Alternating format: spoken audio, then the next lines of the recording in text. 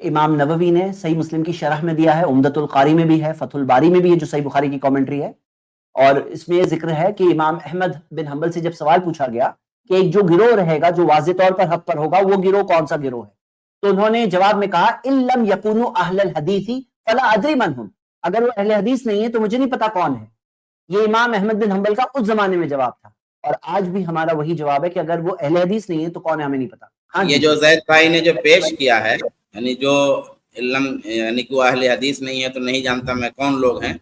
تو اس میں جو وجہ استدلال ہے یعنی جو دلیل والی بات ہے وہ یہ ہے کہ طائفہ منصورہ جو حدیث میں ہے اس کی شرح میں کہا ہے۔ اب طائفہ منصورہ کی شرح میں اگر یہ کوئی یہ کہتا ہے کہ یہاں اہل حدیث سے مراد محدثین ہیں یا اہل حدیث سے مراد حدیث کو یاد کرنے والے، اس کو روایت کرنے والے ہیں،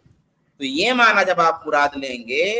تب تو بہت بڑا بلنڈر ہو جائے گا، یعنی وہ بات صادق ہی نہیں آئے گی، کیونکہ اس کا مطلب یہ ہوا کہ جو بھی حدیث کو روایت کرے اور یاد کرے وہی اہل حدیث ہے اور وہی طائفہ منصورہ ہے۔ تو ایسی صورت میں حدیث کا جو مصداق ہے یعنی وہ حدیث جس پہ فٹ بیٹھتی ہے وہ سیٹ نہیں ہوگا۔ سیٹ تبھی ہوگا جب اہل الحدیث کا مطلب ایک منہج مانیں گے تو امام احمد بن حنبل کی بات اس حدیث کی تشریح میں سیٹ ہوگی۔ تو اس سے پتہ چلا کہ اہل الحدیث سے مراد یہی اہل الحدیث ہے جس کو ہم منہج والا مسلک والا اہل الحدیث بولتے ہیں۔